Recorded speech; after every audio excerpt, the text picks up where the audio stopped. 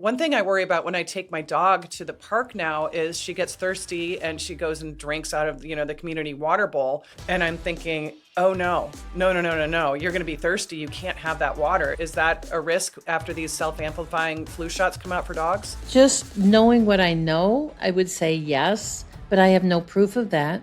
Yeah. Because they're not studying that. They don't care. No, they don't care. Meanwhile, everybody at the park thinks I'm a germaphobe. They don't understand that I don't want what's been injected into their dog. Exactly. There's just a lot of questions about things that we're never going to know because we're 5 years out from the mass vaccination stuff that was going on. But I read like 31 million people in America have gotten a COVID booster in this calendar year. That's shocking. I'm like, what rock were you living under for the last 5 years? Exactly. Anything they want to inject in your body is okay with you? I mean,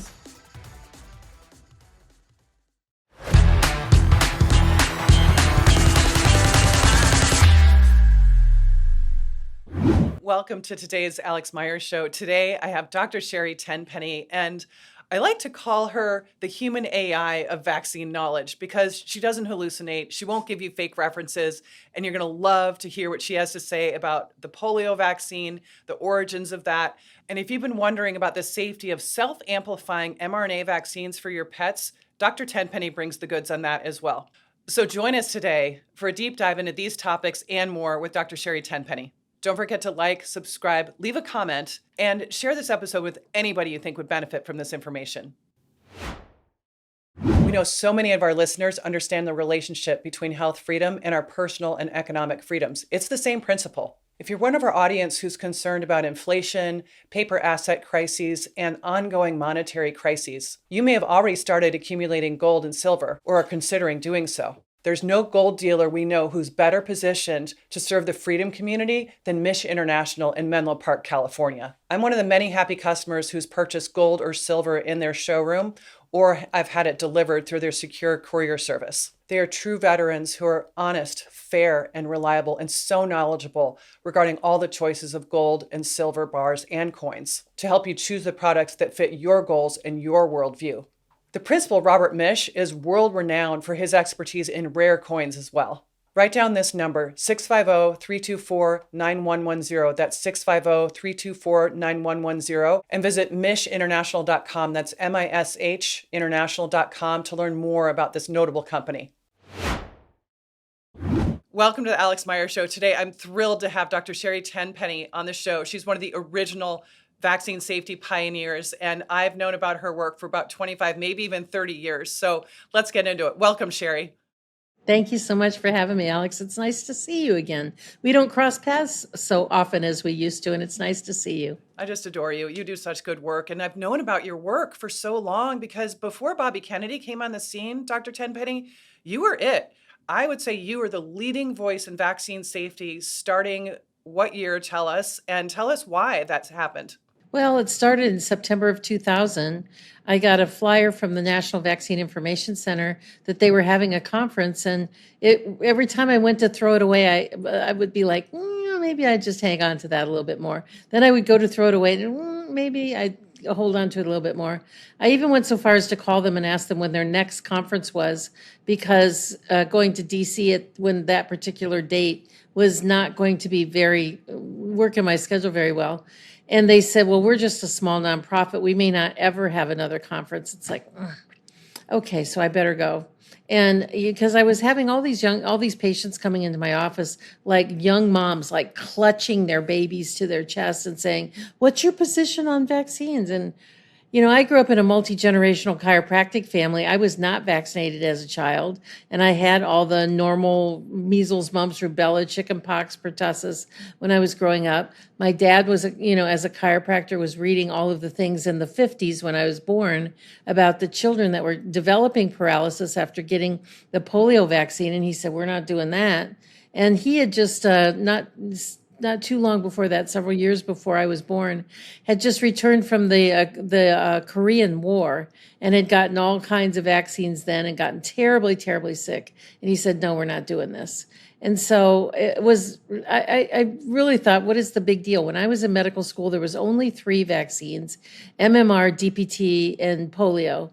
I had no idea that by the year 2000 that had expanded to maybe 8 more, and now it's like, 15 more or something like that. It's just enormous, the number of doses that kids get. And I had no idea about this. I knew nothing about it.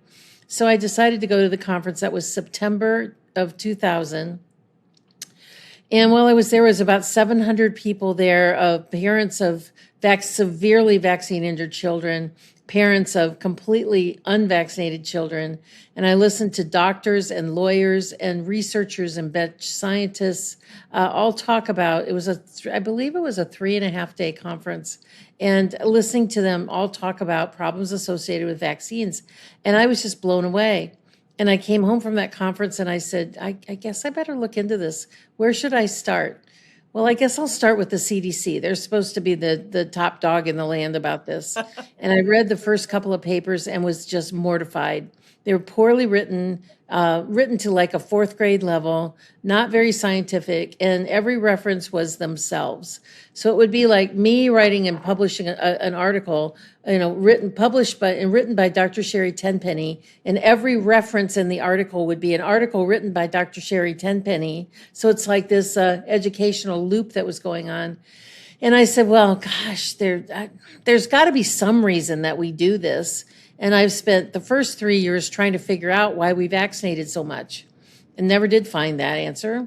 And now there was more vaccines and more adjuvants and more politics and more things going on a global level, not only just in the United States. And so here we are, 26 years later, and more than 50,000 hours worth of research put into that because once you know what you know, you can't unknow it. And once you see what you see, you always see it.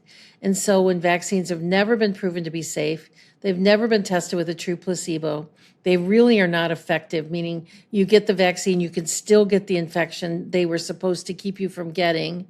They are not necessary except by government mandate, which is when in our country did we let them get away with mandating a medical procedure to any of us? And then every one at some level causes harm to your body. Whether it's overt where you get seizure disorders and, eczema and, like myoclonic jerks and all sorts of different external things like that, or just on a cellular level that your metabolism starts working right, your DNA gets damaged, your mitochondria gets damaged, but every single one causes harm at some level, every single one. I've come to agree with you after all the research I've done as well. Dr. Tenpenny, I want you to disabuse people of a notion that they have about the polio vaccine, because when they find out that I'm anti-vaccine for me and you're anti-vaccine, isn't that the first question? What about polio? Can you talk about what your dad knew back then and what you also know now about the polio vaccine? Well, the first question that comes up is always, well, what about polio and what about smallpox? And if people are starting with that question, that tells me they know absolutely nothing about the topic. Nothing. They are complete newbies. They've done zero research, zero reading of the dozens and dozens of books that are out there. They've done no research at all. They just want to be spoon-fed on everything. And so, polio back in, 1954, when there was a lot of wild polio virus around, which is a gastrointestinal virus. In fact, by the CDC's own data, it says that 98% of people, let me repeat that, 98% of children and people that were exposed to the polio enterovirus during the mid-50s at the peak of the polio outbreak, I guess you could call it, 98%. It went through their body as and they had no symptoms at all, completely asymptomatically. 2% may have had something that looked more like a stomach flu, a gastroenteritis, or like a food poisoning or something. A smaller percent got some level of neurological problems, and even a 0.0004% of people ended up with a severe paralysis. That of those people, 50% of them had full recovery within 2 years. But still today, 70 years later, If you're out in a community talk and you say, when I say the word polio, what's the first words that pop into your head? Paralysis, of course. Paralysis, kids with braces, iron lungs. That's right. That has been so embedded into the fabric of our society 70 years later that people don't even understand the truth that polio has been. The last case of wild polio in this country was in 1991. And the World Health Organization has certified the Western Hemisphere as polio free since 1994. And actually, I had on my podcast a couple of weeks ago, I had Dr. Robert Redfield, the former CDC director, on my show. And after the show, he had talked a couple of times, during the interview, about that he was involved in the massive polio campaigns, and he was so proud of the fact that that was when he was CDC director. There was only 25 cases of wild polio reported in the world, and he was so proud of that fact. He said, "We're almost there." So after the interview, I said, let's talk a little bit about polio. I said 25 cases of polio in a global population of 8 billion people. Don't you think that UNICEF, Gavi, and the World Health Organization their dollars would be better spent with education, with potable water, with electricity, with nutrition, because most of those kids in third world countries are malnourished, rather than spending billions of dollars running around trying to stamp out the last vestiges of a virus? Because remember, polio is not a synonym for paralysis. It's not a paralysis. And he said, those are really valid questions. He said, and that's why, he's really in support of what Kennedy's doing in terms of evaluating the polio, the vaccine schedule. He clarified that by saying, I'm very pro-vaccine, and I know I've read about you. I know who you are. He said, we have very different positions on this. He said, but I think that vaccines, when used for the right people at the right point in time in the right dose, they can really be beneficial. I said, yes, but what do you think about mandates, and what do you think about this mass schedule that we have of injecting 72 to 90 doses of toxic chemicals into children under the age of 5? He said, it's all wrong. We shouldn't do it. Oh, that's interesting. So he agrees there shouldn't be mandates. He absolutely believes there shouldn't be mandates. In fact, his entire book is written about, as the CDC director, if COVID were to happen today, what he would do different. He would never do shutdowns, never advocate for masks. Social distancing was nonsense, as we always knew, and he would never advocate for mandates, for mandatory shots. And he said, and particularly for children, pregnant women, the military, who are the strongest, healthiest people in our entire continent, none of those people should have had a COVID jab. And he agreed, and he was the one who said that. That's unbelievable, because he's the former director of the CDC. That's really incredible. Yep. So, Dr. Tenpenny, you've touched on a few things about polio that are of great interest to me, and people always ask me the same questions. First of all, polio, it's an enterovirus, which means, as you said, it's a stomach virus. So how does it gain access to the spinal cord and sometimes, rarely, cause a temporary or permanent paralysis? Or does it? Is it something else? People who've actually done the research and have really looked into this really feel like so much of these viral infections causing all of these terrible complications are really because of some other external poison that's part of it. And there is a lot of evidence that showed that it was actually DDT poisoning, and spraying the swimming pools with DDT and powdering it in the bassinets and in the bedrooms. And we have pictures of summer of them having these big spigots spewing DDT down the street and in swimming pool areas and across the beaches and all that for mosquito control. And many people have made the connection between DDT poisoning and paralysis. And it's what our government does, man. It's anything but the problem with the vaccine. It's right. And when people have a vaccine reaction and they have an injury, you go to 17 different doctors and you get 500 different tests. Of course, I'm exaggerating there, but you make the point that you go from doctor to doctor to doctor, to test to test to test to test. And they just say, well, the next doctor for you to see is a psychiatrist because you're just making this whole thing up. Right. And so it's because it's and you'll go through extensive tests with neurologists and rheumatologists and hematologists and all these different people doing all these things to prove that whatever symptom you're having, whatever side effect you have, it can be anything except the vaccine. Yeah, that's why I think there's a condition called ABV, anything but the vaccine. So I actually say that to people sometimes, not in the case of a death after a vaccine, because it's a little insensitive, but for everything else, let's say, wow, that sounds like a serious case of ABV, anything but the vaccine. And sometimes they react and they're like, huh. And most of the time, they're like, are you an anti-vaxxer? And you should say yes. And I just forgot to wear my badge today. I love that.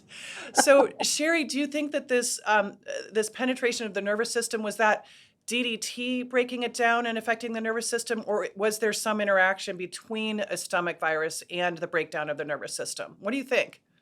I just don't think that, if you've got a virus that's 98% asymptomatic, there's something else that's causing neurological side effects Right. other than this supposed virus.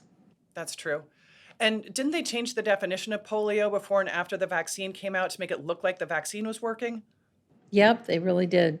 They before, when you got diagnosed with polio before the vaccine, you had to have like two different doctors examine you. I don't know if I can say this exactly right, but you had to have two different doctors diagnosing you, and you had to be examined 1 week apart, and the paralysis had to be the same. And there was a whole bunch of different criteria. Then after the vaccine came out, you only needed one doctor to examine you, and the symptoms were less than like a week, and because the vaccine really worked. I don't remember. It's been a long time since I've looked at those specific things, Alex. Yeah. But I know that the criteria were different. Yeah, but it had to be like a sustained paralysis as opposed to like a temporary paralysis. And yeah, they totally changed the definition to game the numbers to make the vaccine look like it was working. It's just, it's Yeah. so ridiculous. I feel like, and this is a huge compliment, Dr. Sherri Tenpenny, I feel like you are the vaccine AI. Like if I have any vaccine question, if anybody has any vaccine question, you can ask Sherri and she knows the answer and she knows like the depth and she knows all the science behind it. I mean, you've always been like this because you don't sleep very much, right? You sleep like 4 hours a night, right? Well, I try to sleep more these days. I've really tried to get up to, because somebody, I don't know, it may have been Gary Brecka, but it was somebody who I was listening to that said that you need, for brain health and overall well-being, you need a minimum of 6.5 hours of solid sleep per night. Which that's where, and where I was reading this, wherever I was hearing it from, they said that's why they generally say that you need to be in, they say you need to be asleep 8 hours, but it's really you need to be in bed somewhere between 7.5 and 8 hours, because you're only going to get 6.5 hours of really good sleep during that time. Because sometimes you're tossing and turning, and sometimes you get up to go to the bathroom or to get a drink of water or something. So, but 6.5 hours a night of really good, sound, deep sleep is what it requires for health. So that's my target. That's my targeted goal. I don't always reach it, but that's the goal that I'm aiming for these days. Okay. And so despite your moniker of busy Dr. T, you're trying to sleep more. I am trying to sleep a little bit more. I'm eating so well. I'm eating so much better now, and I cook every night. I'll tell you a thing that I did, Alex.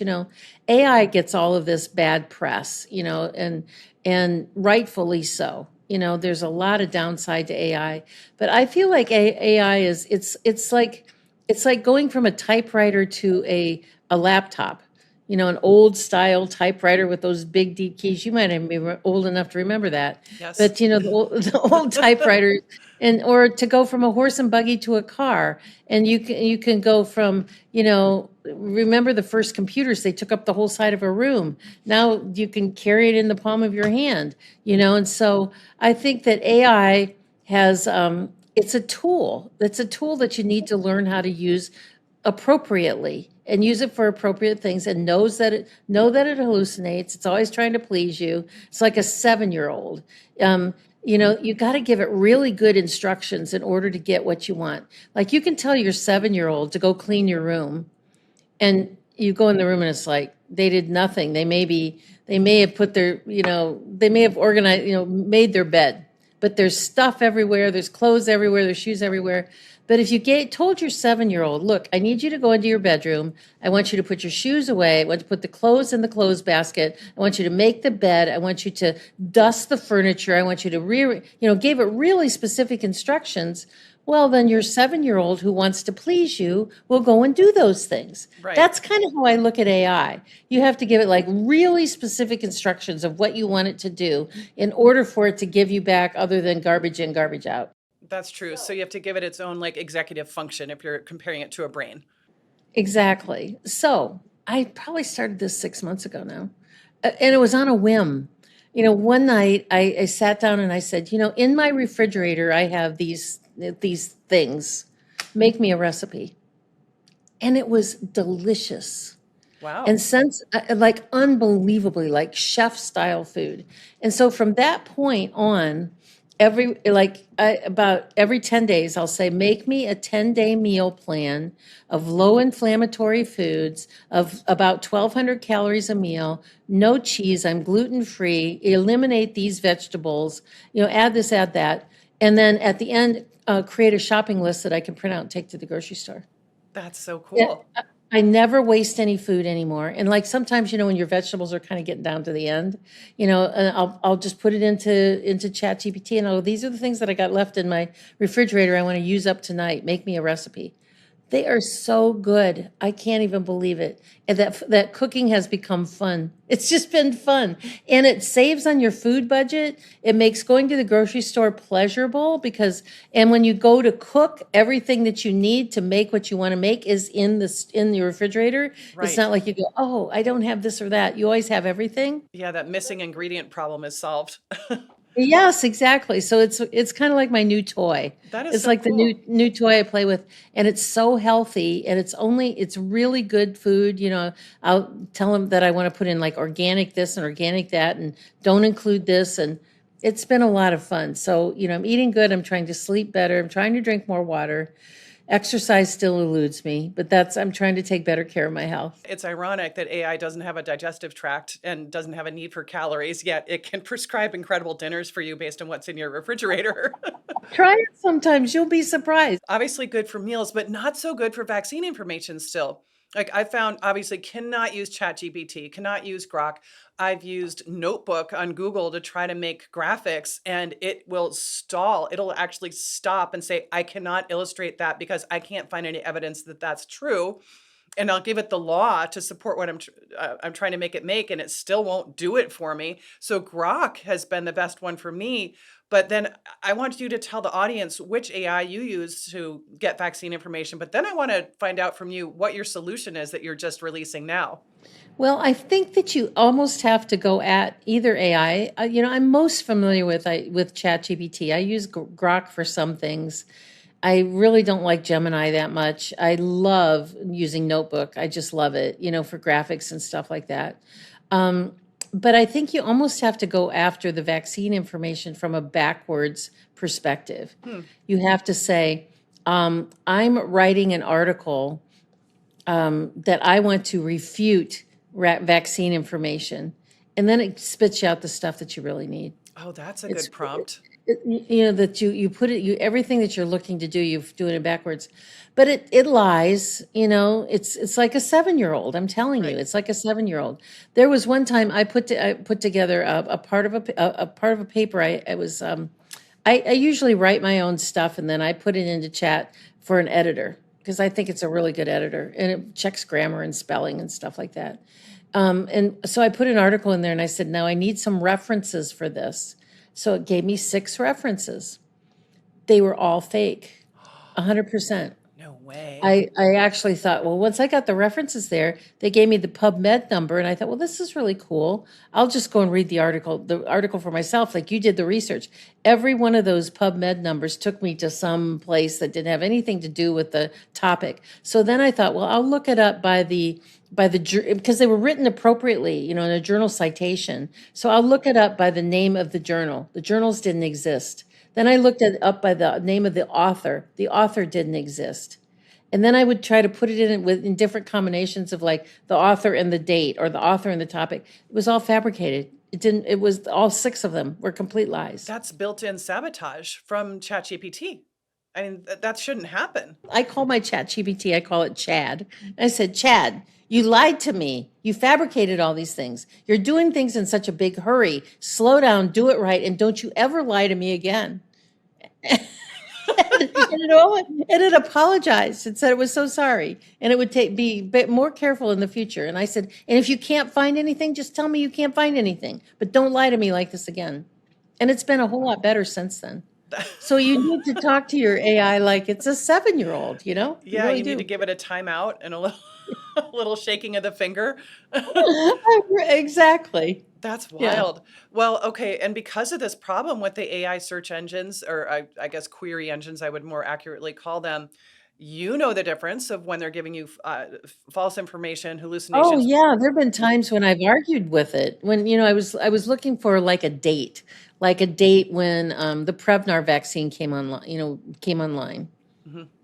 And what they told me, I knew wasn't right. And I said, no, that's not correct. And I've gotten into debates with my AI before. And it really bothers me because I know enough to do that. But a lot of people would just take that as fact. That's exactly what I'm getting at. And so you saw a need for an entirely new app that people could even use on their phone to empower them, even in situations like at the pediatrician's office, where it's often even hard to use AI there, even if you have an AI you trust and you've trained it. They just give you these really long answers. And so it'd be really hard to argue with a pediatrician because you're trying to go through like this 3-page answer on AI. So you've solved all this with VaxApp, right? Right. Dr. Brian Ardis and I kicked this off. He came to me with this idea because Brian is a big idea guy. And he came to me a little over 2 years ago, maybe 2.5 years ago, and said, and he'd been thinking about this for a long time. And he said, I have an idea for a Vax app. So, because people always have their phones around, they're glued to their phone, and they can be, when they're sitting in the waiting room at a pediatrician's office, or they're out to dinner with a strongly pro-vaccine friend or family member, or they're sitting on a park bench and people ask them questions. You can pull up any vaccine, you can pull up all the ingredients, the indications, the contraindications, some of the research studies behind it. You can look at the age group to make sure that your child is not getting an adult vaccine when it should be getting a pediatric vaccine. And so we launched this. It just launched officially last month. It's called the VaxApp, VaxApp, VaxApp. You can download it from the App Store. And use it for 2 weeks for free from the App Store. You can get it from the Google Play Store for an Android. And we just finally got those approved. It took the team a long time to get that done.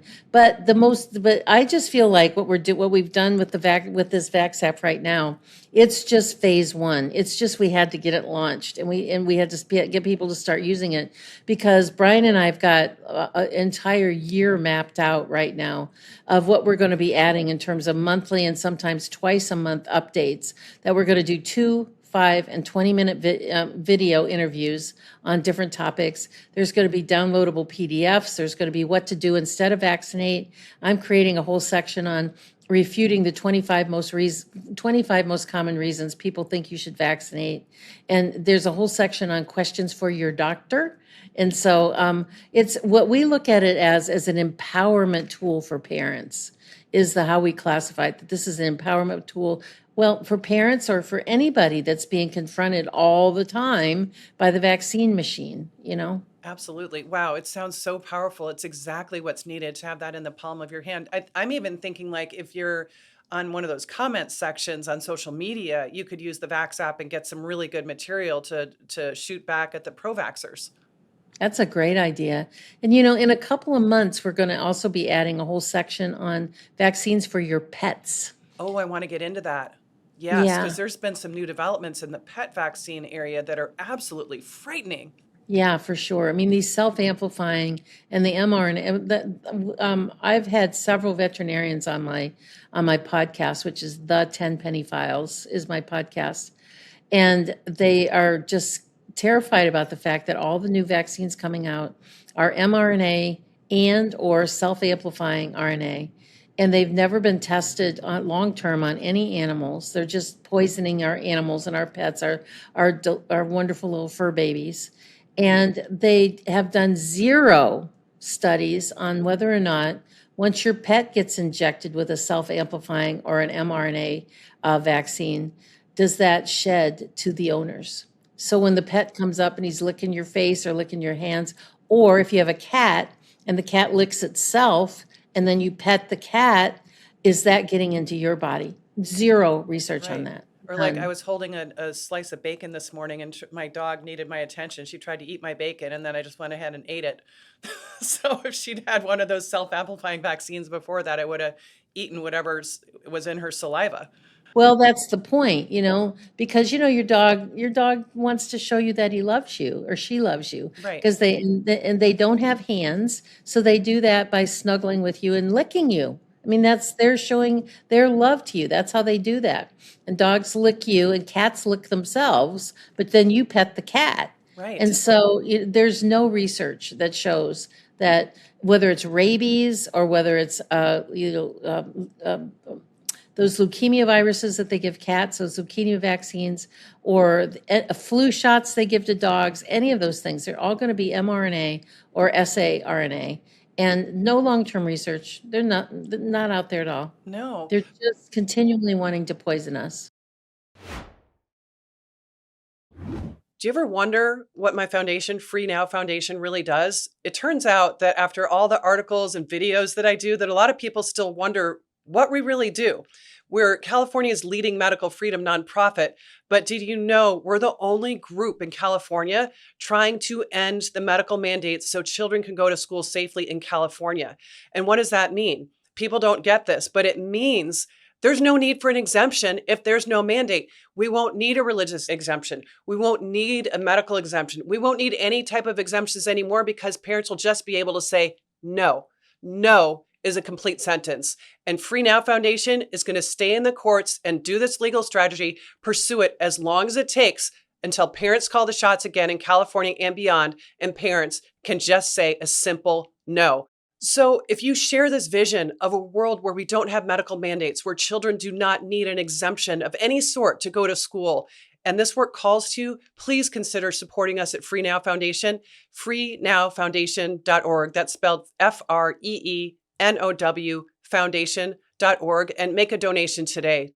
Hey folks, I'm here with Del Bigtree on the set of The Highwire. Hey, good to see you. And Del, you're coming to Silicon Valley this fall, aren't you? I am. I think a lot about it. The last fundraiser I did with you, we did like 2 different nights. I had 5 couples come up to me and say that you saved their marriage. Oh, good. I had a PA and a nurse say that you had totally changed their minds, and that creates waves. Yeah, it really does. If you want to get to a great fundraiser, is doing great work. Free Now Foundation, I love the work that you guys are doing. California can get really testy. You're the most oppressed state in America, but you're actually starting to make some headway. We're seeing some of the original authors of SB 277 wondering if they've made the right decision. And I have to say, California is the worst state in the country for medical freedom. There's a medical exemption on the books, but it doesn't function. It's designed to fail. So we have no options for children to go to school in California without vaccines. But there is so much hope. Free Now Foundation, we have 2 lawsuits. One of them would totally end the need for exemptions. There's a lot of stuff happening in California, and I think we're going to see a lot of progress over the next year or 2, and things are going to change dramatically. Well, look, you want to get involved, and I'm going to be speaking at this fundraiser September 12th in Silicon Valley. Free Now Foundation, where do we go to sign up or be a part of that? Go to freenowfoundation.org and you can sign up for the fundraiser. You can get to meet Del in person, get a picture with him, ask your questions. We always have a robust Q&A. It is going to be a good time. Margaritas, organic tacos, and all of your medical freedom friends. Absolutely. I'll see you there. Me too. So Dr. Tenpenny, mRNA vaccines, we know that those were shedding or transmitting onto other people. How is self-amplifying mRNA different? I don't understand. Well, the difference is just the way that the self-amplifying makes itself over and over and over and over again and doesn't shut off. The mRNA vaccines generally make themselves in maybe a couple of rotations and shut off. Okay. Now, in some people, they go on in perpetuity, and we don't know why that works, why it's that way in some people and not in others, and we'll never know because who's going to study that? Who's going to put up the money for that? Exactly. We're not going to know that. Well, And because there's not a large enough population of people out there now to do that on. But the self-amplifying, it never shuts off. It's continual. It's designed to continue to replicate itself indefinitely. okay, so let me make sure I understand this. So the mRNA vaccines, they take over your own immune system basically, and they make your cells continually make the spike protein. It's the ribosomes inside of your cells. It's the Okay. messenger RNA because of the lipid with the COVID jab, because of the lipid nanoparticle. The lipid nanoparticle around the mRNA would bind to your cell and release the mRNA to be inside of your cell. And then the mRNA would go inside an organelle called the ribosomes. And the ribosomes is what translates the message from the mRNA to do that. And so some people just continually, like their cells are continually these little spike protein factories.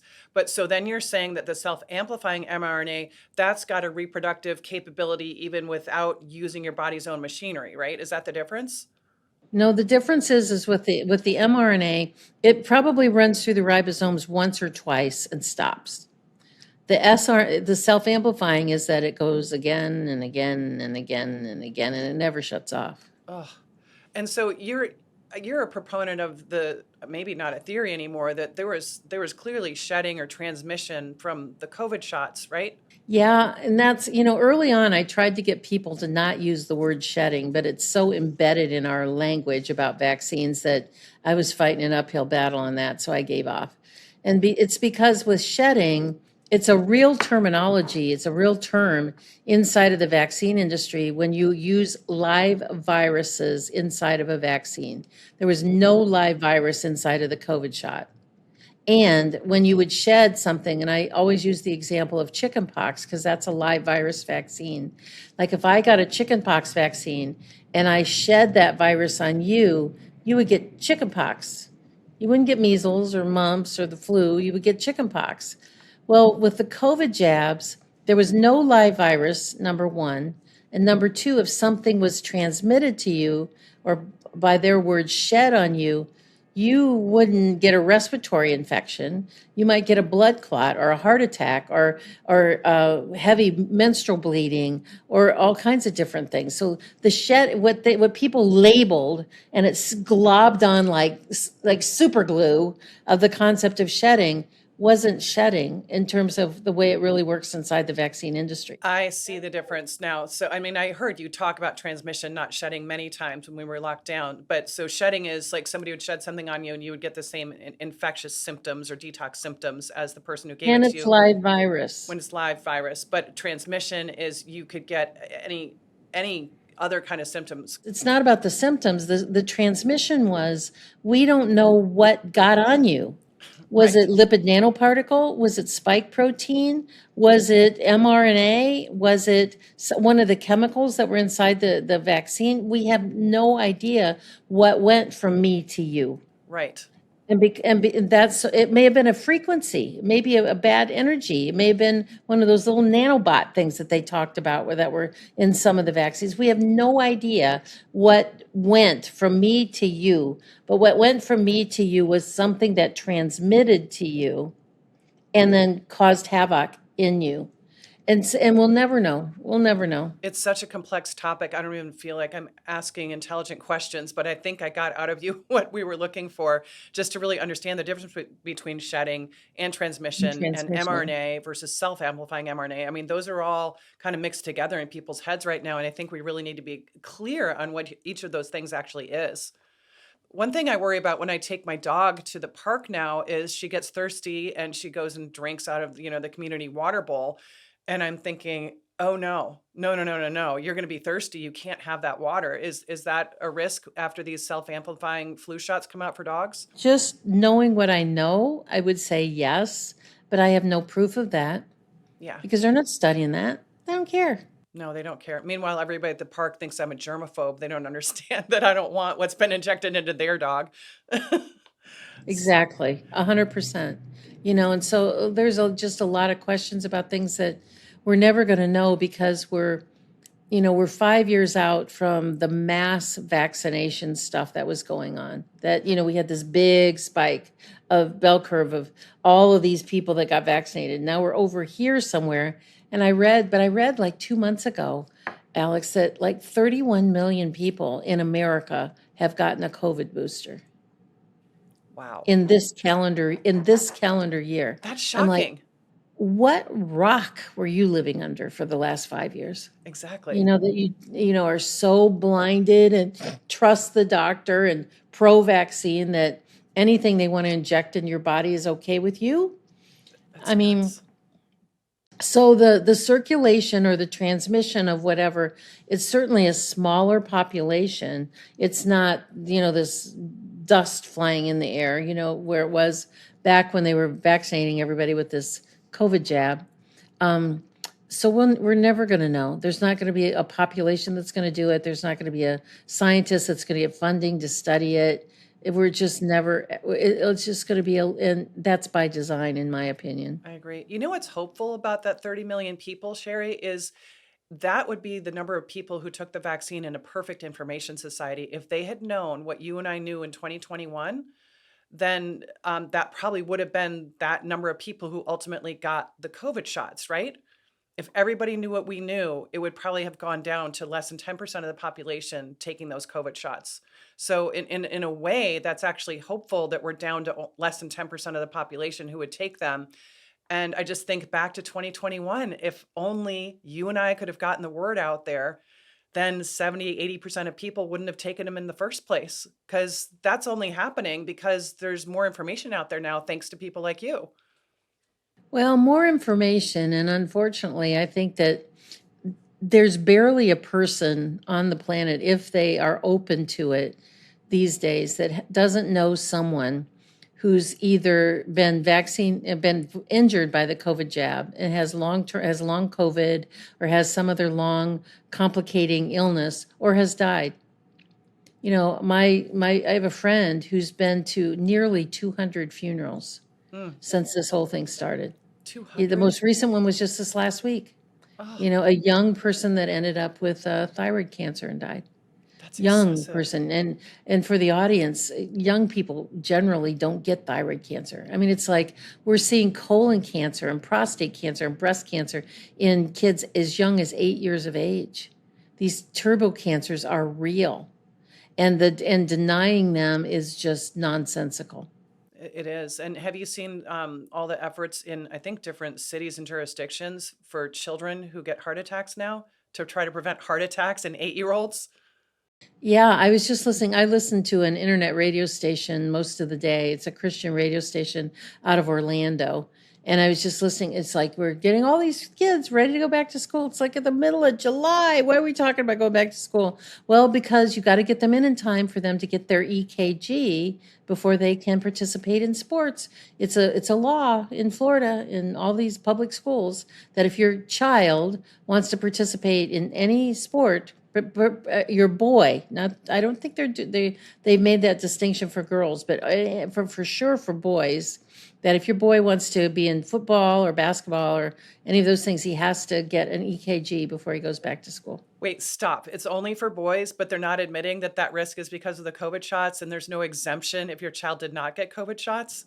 I don't know the extent of the law, but I was listening to this doctor that they have on once a week on this show that I listen to, was talking about the boys that needed to come in now, or he was talking about the kids that needed to come in. Now, I know that generally they're talking about boys in football because that was what was embedded in our brain. I don't know if the girls have to get EKGs or not for, to play soccer, to play volleyball and basketball and track and things like that. They may have to be subjected to that too. I'm not sure what the law says in the state. But the point of me even bringing that up, though, is the fact that when in our lifetime did we ever see an EKG as part of a physical for a 12-year-old to go into football? Never. Basketball.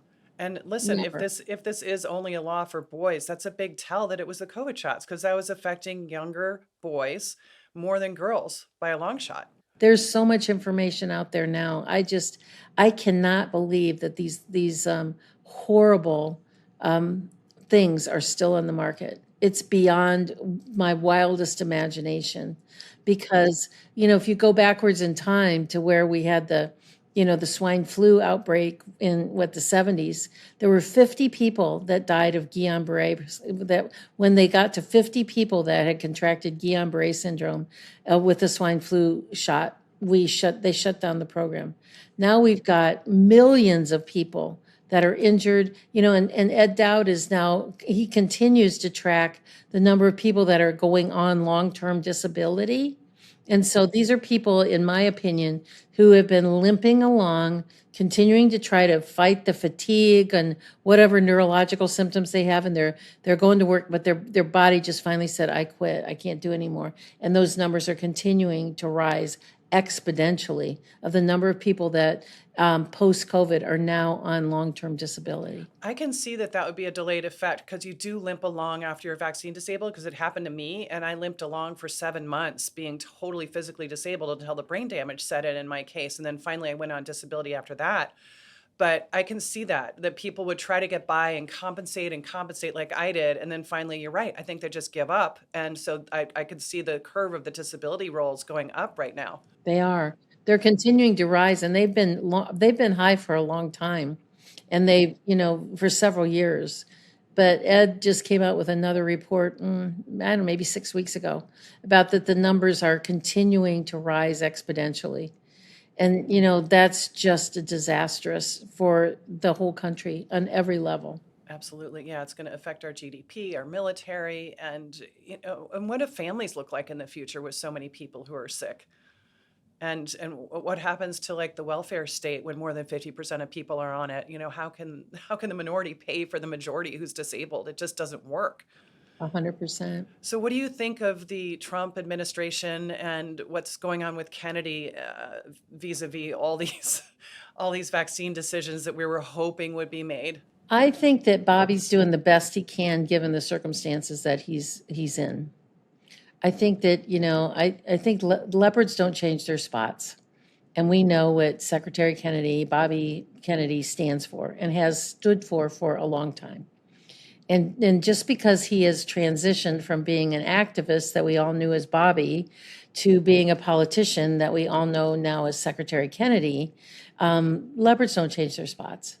And he is under such tight ropes. I just picture him in my mind's eye walking around the halls of HHS all day long in like a white straitjacket. That that he's so confined on, instead of doing important work on resetting up the ACIP committee, looking at the vaccine schedule, doing all the research, the gold star research that he talked about doing up there. We're talking about red food dyes and Fruit Loops. Oh, yeah, it kills me, Dr. Tenpenny. I mean, I'm not so worried about the dye in Fruit Loops as I am about the dye, DIE, in vaccines.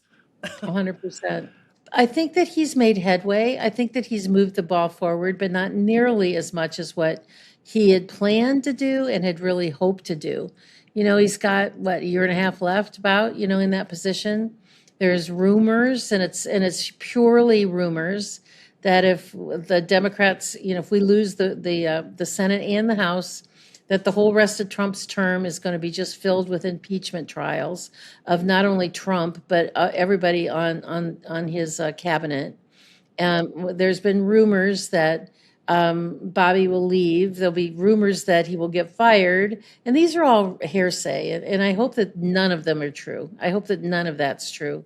You and I have been in this movement for so long. I feel like some of and I'm going to call them newbies, the people who started to understand the vaccine dangers after the COVID shots rolled out, and then they retrospectively realized that the children's vaccine schedule is unsafe also. They don't understand people like you and me who've spent decades trying to get somebody like Bobby Kennedy in a position like that, and what a coup that is. And I just think of if there's an army storming a castle, if they don't get there in one day, are they all fired? I mean, he is opening up a path, I think, for the next person. I don't know who the next person's going to be, but he's opening something up. And I actually would really fear him stepping down right now because we would lose all that progress. Yeah, and it's true about, I felt bad when Tulsi Gabbard left. I felt like she was really doing good things as a director of national intelligence that nobody else had done before. Again, a lot of them are under wraps because of the whole Epstein thing. And it's just causes such conflict, and people want it released, and Trump says yes, and Trump says no, and Trump says yes, and Trump says no. And, when you got a boss that's that indecisive about whatever topic it is, it's really hard to do your job. I mean, that. You come from, big places that you've worked, big companies that you've worked before. And if your boss was, today we're going to do, yes, we're going to do this. And the next day it's like, no, we're not going to do that. And then we're going to do that. I mean, what it causes is paralysis, that nobody can do anything because they're afraid that they're going to do the wrong thing. And so I think that there's, a lot of paralysis where we had a lot of momentum from the various different cabinet members and things that were there. And, the EPA is out of control. It's, the stuff that it's done. The Supreme Court is just making the most horrific decisions for this country. The birthright citizenship thing was just so appalling. And I've had quite a few people on my show about that, about what a disaster that is for this country. I mean, Trump spent 2 terms, or large sections of both of his terms, securing the southern border. And the U.S. Supreme Court just opened up every single airport in the United States for anybody that wants to come here that's 7 or 8 months pregnant and just wants to stay for, 4 to 6 weeks, have their baby, bundle their baby up and go home. Now they're a U.S. citizen. They are an American citizen with every right that we have: right to Social Security, right to a passport, right to education, right to health care. And when they come back here at 35 years of age, they can run for president after they have lived in China or South Korea or Pakistan or whatever Muslim country that they've been living in under tyranny. They are an American citizen with all the rights that affords, that they can come back here, run for Congress, run for governor, run for president. And just because they happen to be born here. And that was approved by our U.S. Supreme Court. It's horrible. That's a long-term And actually, strategy. there's actually now big billboards along the southern borders of all these places that are set up for birth tourism, for people just come in and we'll give you a great discounted deal. You'll be delivered by a doctor. Just come on in. And I had on Emma Waters from the Heritage Foundation, who's just frickin' brilliant. She's a young gal. She's like 23. She gives me hope for the next generation. She really does.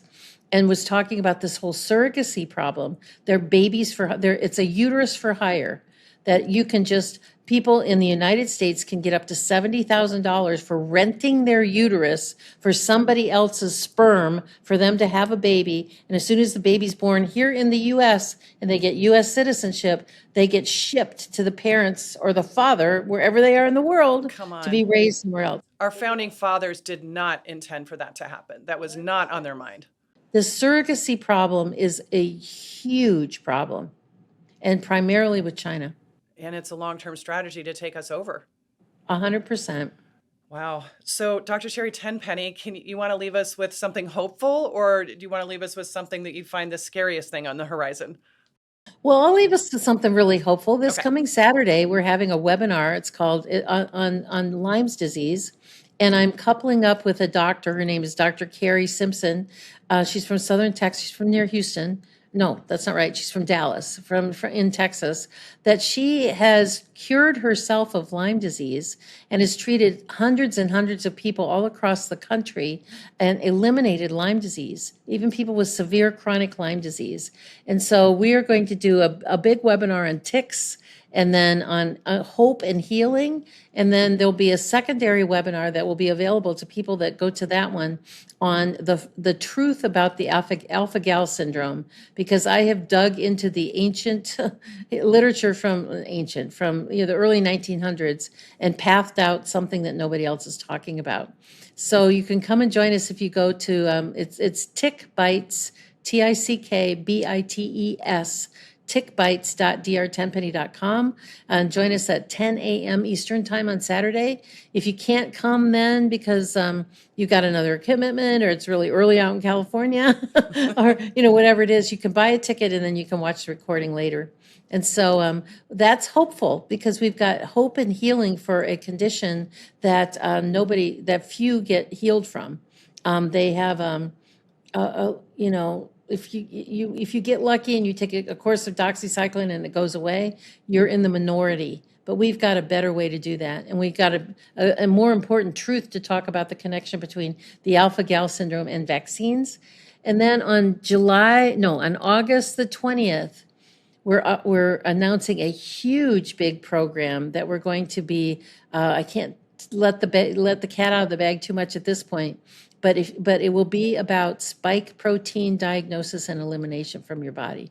Been working with a lab for a while, and if you want to be first on the list to learn more information about that, if you go to spikeinfo.drtenpenny.com and get on our list, then come August the 20th, you'll be one of the first to know about this big plan, this big project that we've been working on for quite some time now. Well, that's fantastic, because I know some people who are not vaccinated with the COVID shots and they have high spike protein antibodies and they're doing protocols and it doesn't seem to work. So this is definitely offering a lot more hope. And I know you're right on top of that with the stuff that actually does work. So Dr. Sherri Tenpenny, what a pleasure to have you on the show today. I hope you can come back, because you always have so much to say on so many topics that people want to know about regarding vaccines and more. So thank you again. Thank you so much, Alex.